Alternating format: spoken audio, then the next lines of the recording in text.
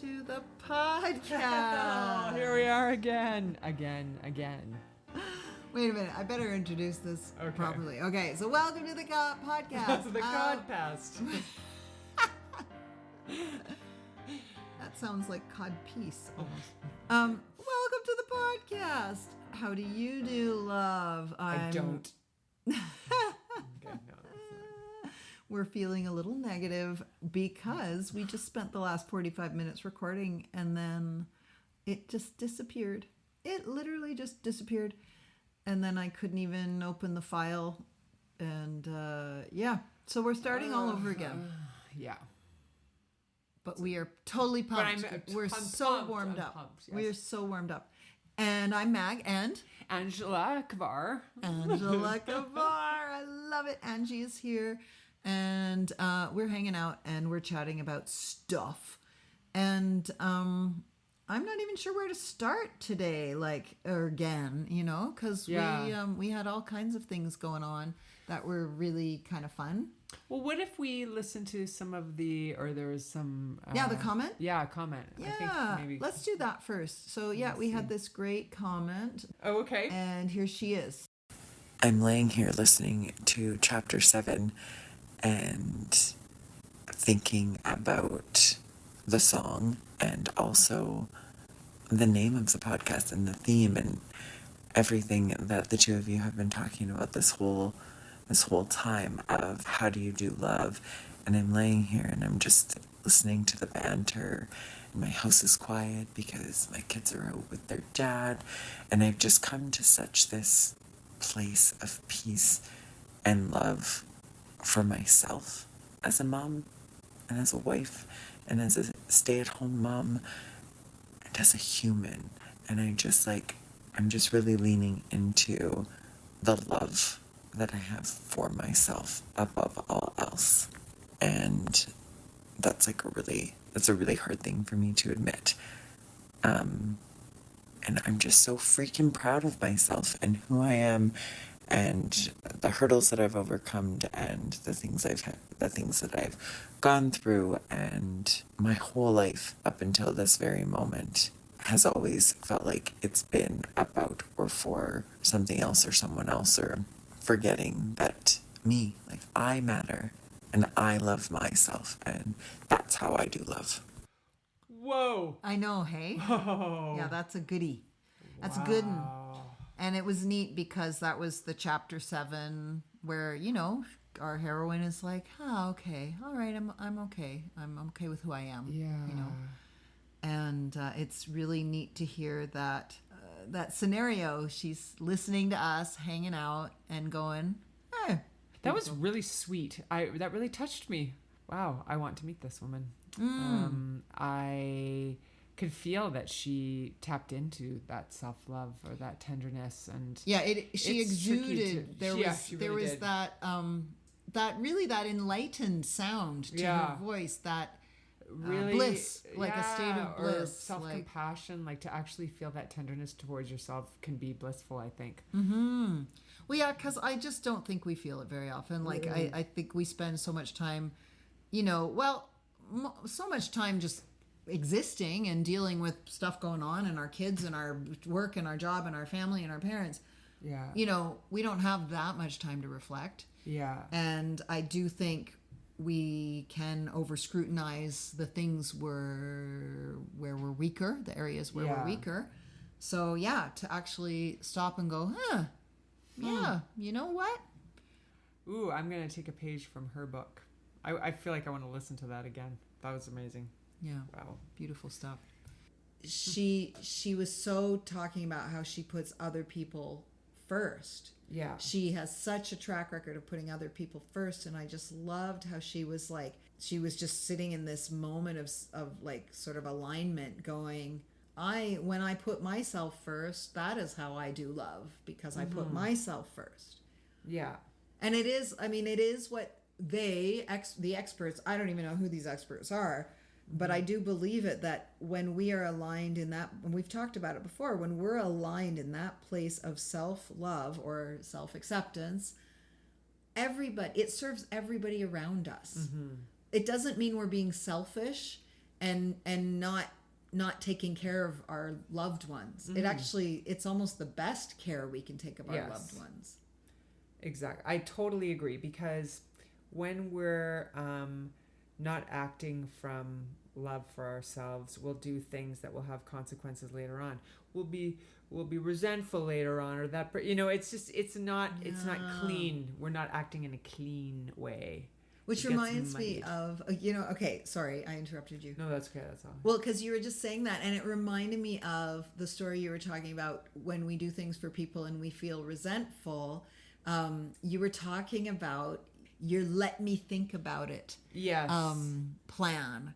Can you talk about that more? So I have a track record of wanting to please, not because I'm such an altruistic, amazing person, but because it makes me feel safe, and as if somebody is going to be there for me if I can be there for them, that kind of a thing, sort of a fawning response. And so I get myself into situations where I agree to things, and then later I'm like, man, why did I do that? And if I could just go, Angela, whenever you're faced with something like this, just say or think, let me think about it. Well, let me think about it. Yeah. And I need it tattooed on my hand. But I have been noticing more and more lately my desire when I'm in a particular state with, I don't know, usually it's clients or something. Maybe it's some sort of lesson that they want made up when they're on oh gosh, I don't know if I should get this. I am making this up, but they're going on a cruise, and they're saying, we can't come to the lesson because we're on a cruise. Can you make up the lesson? And normally I would say no, this is my work time and I've put this time aside for you. But I might get into that fawning thing and be like, well, you know what? There's nobody after you, so let's just add 15 minutes every time because I just feel like I want to see that. You want to keep them happy. I want to keep them happy, and then that makes me feel safe. And I've noticed before I've said it, I'm like, oh, look at you, Angela. You're trying to.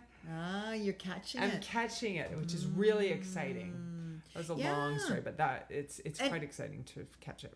Do you think, is it just people pleasing, or is it also avoiding the discomfort of saying, it's the same thing, isn't it?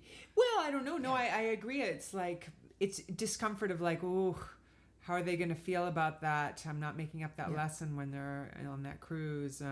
It's two things, because it's like, two things, ooh, we're getting along great right now, and if I agree to this, they're going to like me even better. Exactly. But there's also the, I'm just going to say yes, because if I say no, then I'm going to have to sit in an uncomfortable place where I'm not sure if they like me as much anymore. Yes. And for whatever reason, being liked, accepted, the you and I have talked about, the rejection piece is... Yeah, is important. So it's important. And in business, it's tricky. Yeah. In business, it's tricky, but I do believe, because I've had some really great gains, whatever, with this sort of thing, where you have these behaviors that you perpetuate, and there's a feeling behind them. And if you don't do that behavior, sometimes the feeling just dissipates. It's amazing. That reminds me of a moment I had. I was at the Grand Canyon last week, and we were going for lunch.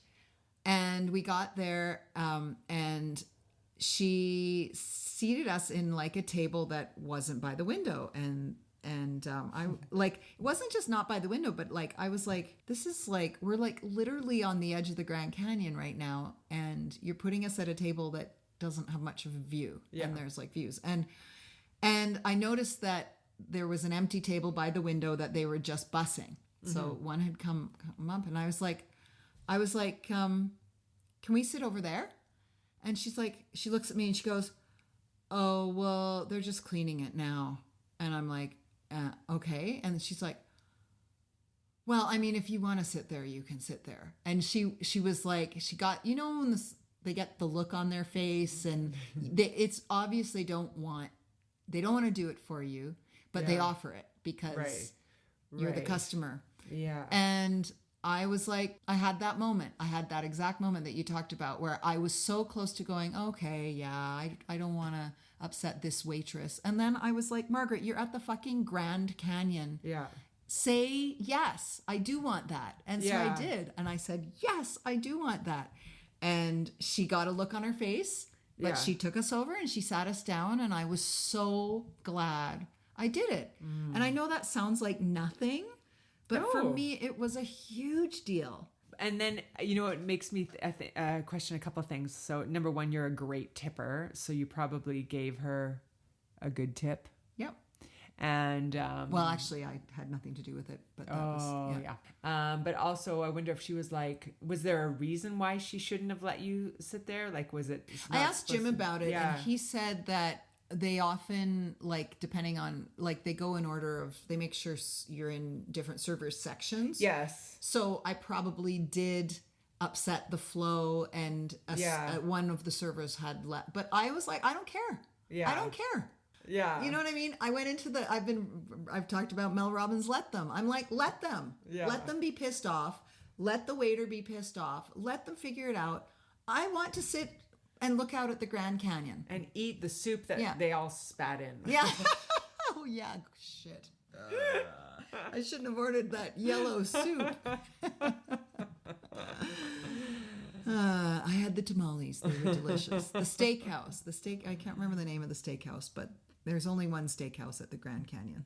Yeah. It's very good. And nice people. Great servers and stuff. But the point being, it's that catch. It's that catch going, wait, I'm agreeing to something I don't want to agree to. Mm-hmm. Or I'm not asking for something that I actually just asked for. Or sometimes it's offering something nobody asked for it. That's what happens with me. Nobody asked for it. And I offer something. Was nobody even fucking asked for it? Why did I do that? Because I knew that I don't know. they would like me. It's that, will you be my friend? Yeah. Not do anything. Like, it's that, I know that it's that awful, that weird feeling.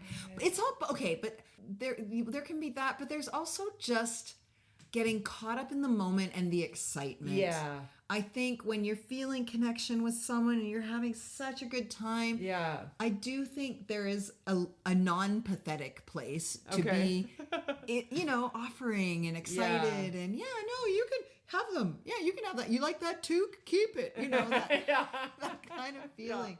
And then you go, like, why did I give them that toque? I really like that toque. So. Yeah. I don't know. Again, it's finding that compassion, because I do think gestures of kindness are really important out there. It's just the ones where you kind of go back after and you're like, oh, it's one thing giving away an old toque, but it's another thing, offering 6 months of free lessons or whatever. I've never done that. By the way. But no, and I think also being able to be excited and not adding to it by, and now you get a free car. To be able to be excited and not feel like you need to do anything else. Yeah, you're already connected. Connected. But maybe it's a fear. Like, maybe it's like, am I really connected? I just need to, put a stamp on it by giving the person this thing. And okay, so just play with me here, because this is not. Is it possible? Could it at times maybe even be manipulative? Like, no, of course it could. like if I'm really generous thing for them, then they are really, like they have to be. There's more of an obligation. Like, you know what I'm trying to say? Yeah, of course, yeah. I don't know. I'm not sure. I'm not saying consciously. Yeah. Yeah.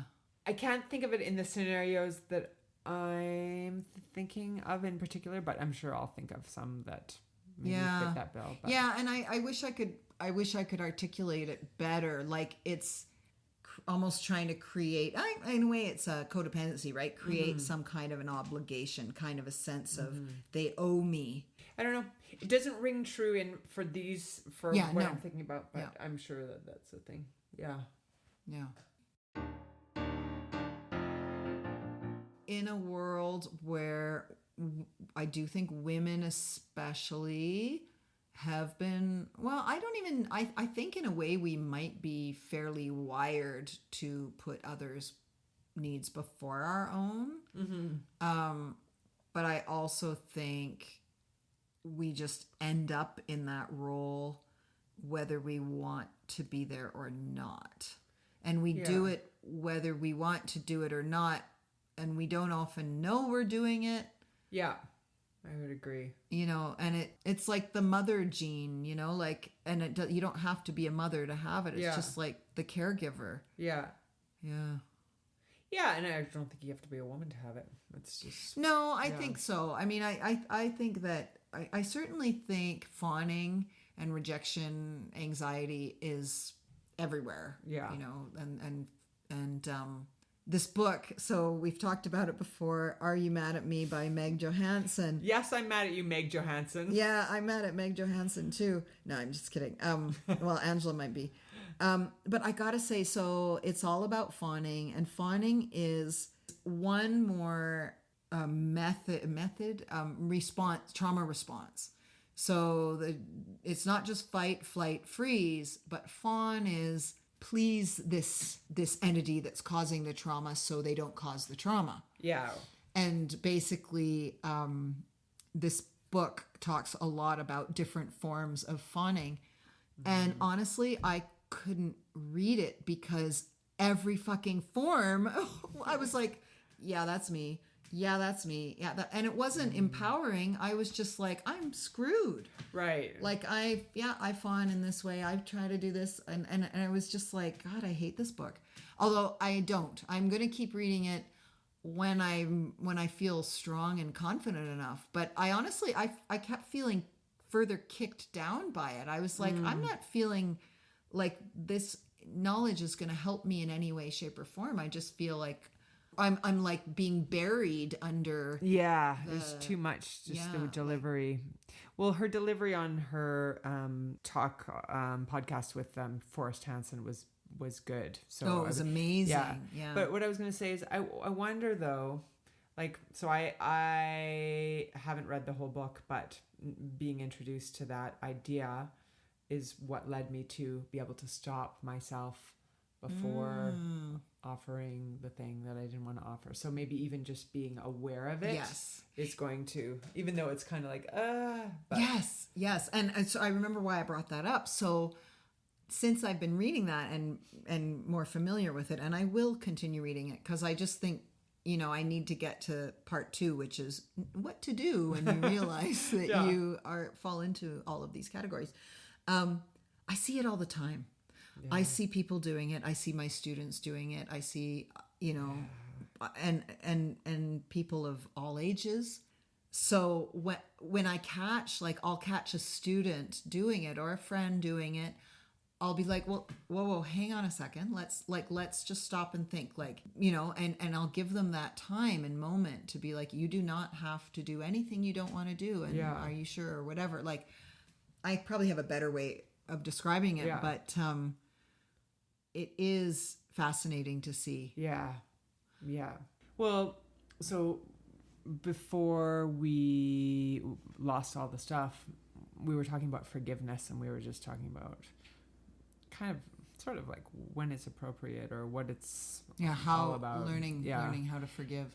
Sometimes letting yourself stay in a place of not forgiving for certain things, it can be a really loving gesture towards yourself. Like, I don't need, it's different from what, if you're, sometimes they'll say, well, forgive the person, otherwise you're just poisoning yourself with the resentment that you have. Right, I'm because not talking about when you're holding on to anger. But to have that place, I'll give an example. Like, if there was somebody in my life that I felt I should forgive, and I did some self-compassion practice or meta practice where you, send compassion to all people in the world, blah, blah, blah.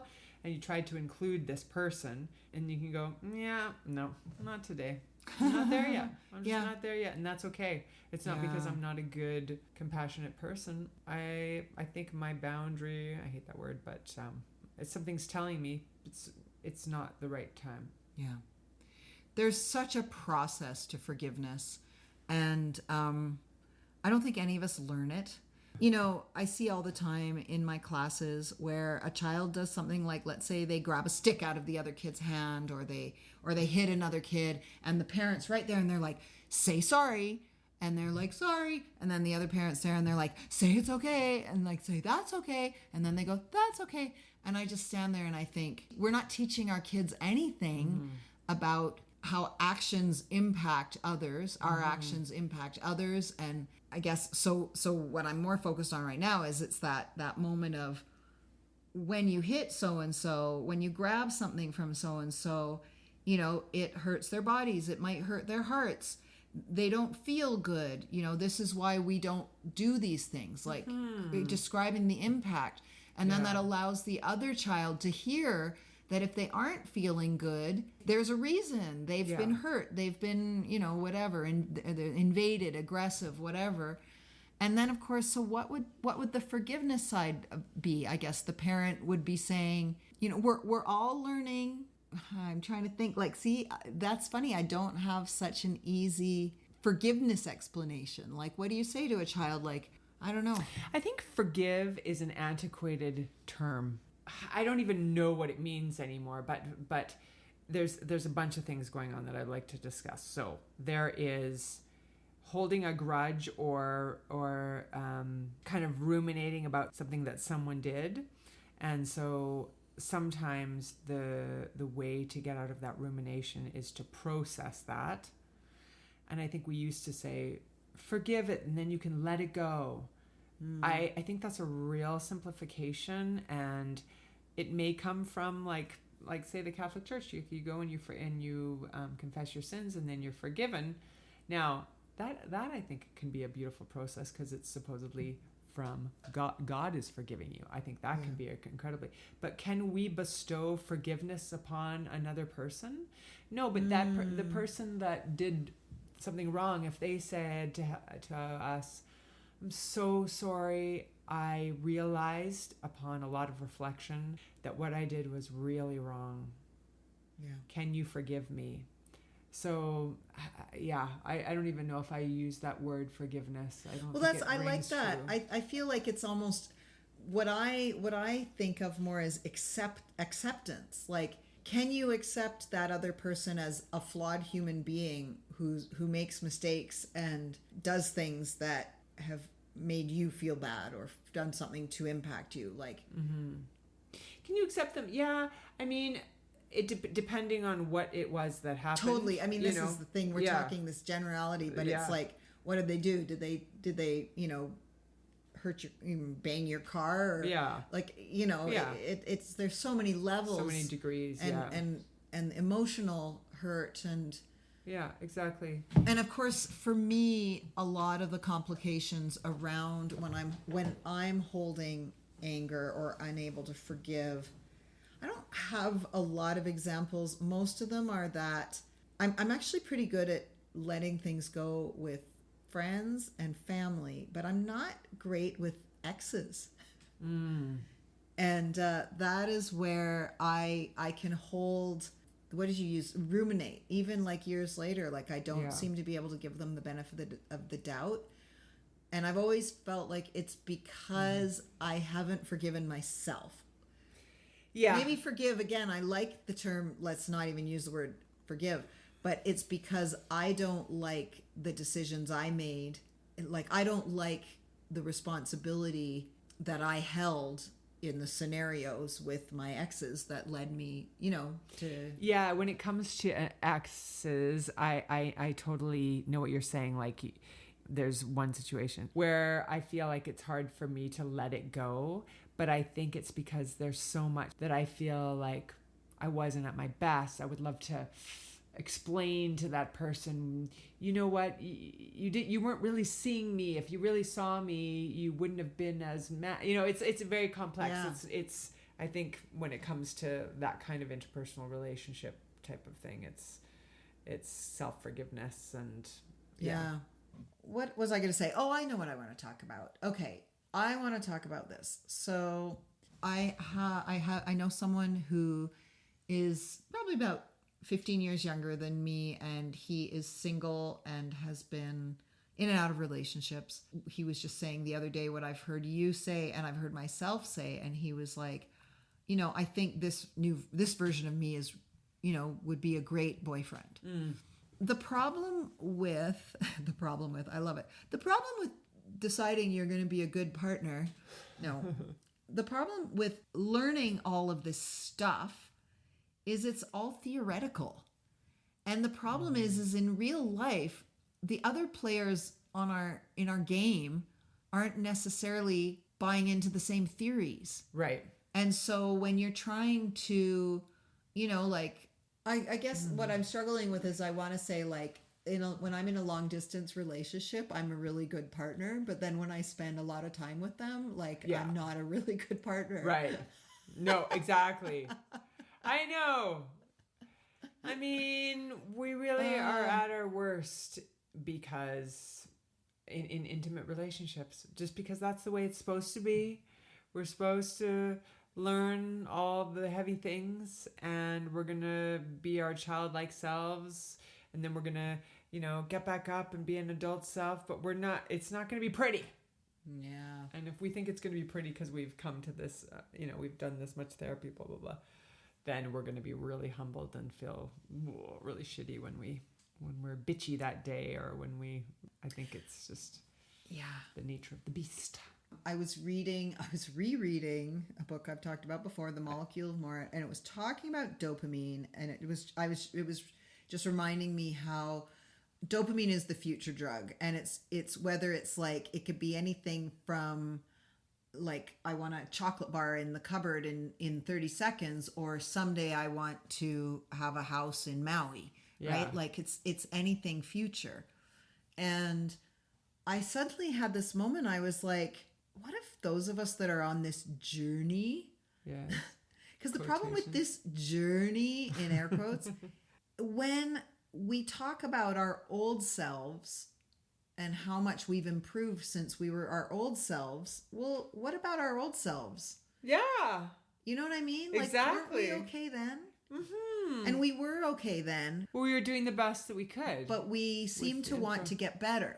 Yeah. And then I thought, oh my God, what if this is just, like, what if this so-called journey that many of us are on is just dopamine needing something to do? Like, I'm not good. I just need to I'm going to get better. I'm going to get better. I'm going to get better. What if it's just because we live in a society where so much is done for us?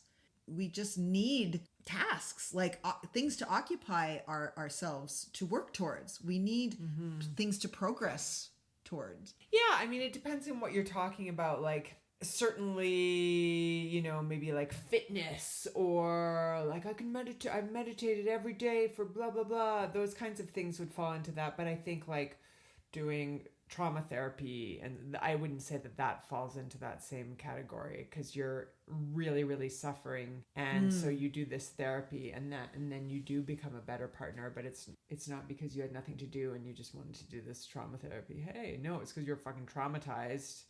So I think there's different categories of self-improvement, in quotations, right? So I think I have a lot of different categories, and a lot of them are just bullshit. We'll just call that bullshit self-improvement, meaning for dopamine, or because I think I'm going to be more pleasing to somebody else. And then some of them are actual growth, like because I really want to grow. And it's good to discern. And some of them, you can do that, the fun self-help stuff. Maybe it's amusing to you, or it's a side, it's like a hobby. But to know the difference between like the real growth and the just... I like where you're going. I think that if your suffering is genuinely impacting your daily life, your daily function, your daily interactions, then that is different, right? Like seeking improvement from suffering, that's not dopaminergic. I mean, obviously there is the desire to feel better is dopamine based, but if you're really like, if you're non-functional, or, I like that. Thank you. Okay. So that put my mind at ease, because I started to just be like, what if this is just all bullshit?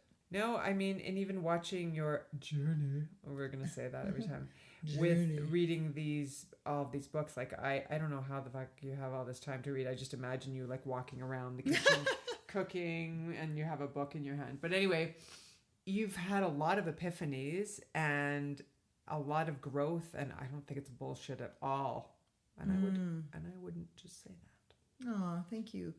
Well, for me, I think it's been a big year, because somehow There's something about the fact that as I learn about the brain, all these studies they're doing about the brain and actual brain, like science and brain chemistry, like tangible things, Yeah. are aligning with the spiritual Right. lessons and the spiritual learnings. Yeah. You know, that's like really, really profound stuff. Yeah. Because, you know, when you think back when they used to call it New Age, that's all New Age stuff. Like, Well, there still is New Age stuff around. Like your vibration sure. should be the highest. You should only think positive thoughts. Just manifest your money. I put that into New Age. I put Okay. spiritual into facing your demons, feeling them. It's not going to feel good. I feel like that's Yeah. spirituality. Okay, One is I like New it. Agey. Yeah, Let's just yeah, feel yeah. good. yes. So I just love that now science and research is actually supporting these things, which, I mean, even the Bible, even Yeah. Jesus supports the same things that we learn through spirituality. Buddha. It is interesting that science is now in 2025 catching up Yeah. with teachings from, when was Jesus born? Blah, blah, blah. From BC. zero. But I do want to say something about science books that are actually kind of like New Age books in disguise, and it really pisses me off. I don't think it's grounded. It's like a form of, and I love this term, spiritual bypassing, because it keeps me really honest, which is like spiritual bypassing is when you say, for example, I forgive you, but you haven't done any of the work of grieving or being angry or telling the person that you're angry or facing what the trauma was, and you just want to be happy again. La la la la la. Or I will just think positive thoughts because actually feeling what I'm feeling makes me feel freaked out. So yeah, that goes back to the Band-Aid apology, the Band-Aid forgiveness. Band-Aid forgiveness, yes. So I don't think, like, if we talk about, say, enlightenment, if a person gets there or if they have these awakening experiences, usually what comes up after them, following them, is all the stuff that they've repressed. So there's this beautiful thing that happens, and then what follows that is all the stuff you repressed, and then you have to feel that, and you've got to kind of process that. Yeah. It's not just let's feel good and then all the stuff gets packed away. It's got to go somewhere. It's got to be processed. It's got to come out in some way, shape, or form. Otherwise it's going to be I had a word on the tip of my tongue. I don't know. It comes out in a different form. Like you don't realize it's coming out through this or through this that you do or through the way that you eat or the way that you deal with people or whatever. Right. Yeah, I'm not on board with, I mean, I do have vision boards and things, but they're not usually like dollar bills. Maybe I should, but I don't really believe, I don't believe in that stuff because, why? Because I went down that road with this horrible kind of, this awful group. I don't know. Anyway, it was all about positive thoughting all of your major health issues, and it led me to really believe that the way to really learn about yourself is to actually feel things and to not try to push them away and plaster happy thoughts over them. Yes. And you have to learn to manage things in real time, in real life. Like, am I right? The thing you're talking about, did it isolate you or have really clear rules about what things you couldn't do? And there's just so many things about it that were messed up. But they said it was backed in science, and then they, and it was all this science stuff that was like was posing. It was like New Age bullshit posing as science. Yeah. I mean, I think there are a lot of things out there, workshops and programs where people get such a high when they're in them. Yeah. But the problem is then you go home to your life. Yeah. And, like I knew a bunch of people who traveled with this guru-y type. He was a bit of a name, but I don't think that well known. Like, he wasn't as well known as, say, Eckhart Tolle. Yeah. But he did travel around the world and speak, and he had all these followers. And they all had this incredible time, and they all felt so enlightened until they all couldn't afford to do it anymore, and then they just went back to their regular lives. Yeah.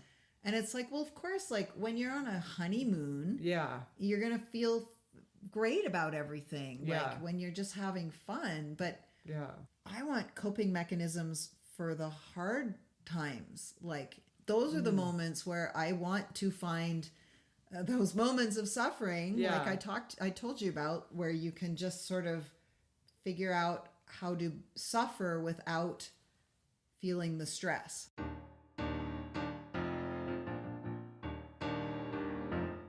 Angie, thank you so much. Oh, thank you. I love this. This is so much fun. And yeah, look forward to the next one. Me too. All right, Me take care. too. Okay, bye. Goodbye. Thanks again for listening. Everything you hear is by me at this point. The engineering, mixing, recording, and the music you hear right now is by me, Margaret Dahlberg. And the beautiful sketch drawing art on our podcast logo is by Stephen Morton. Thanks, Stephen.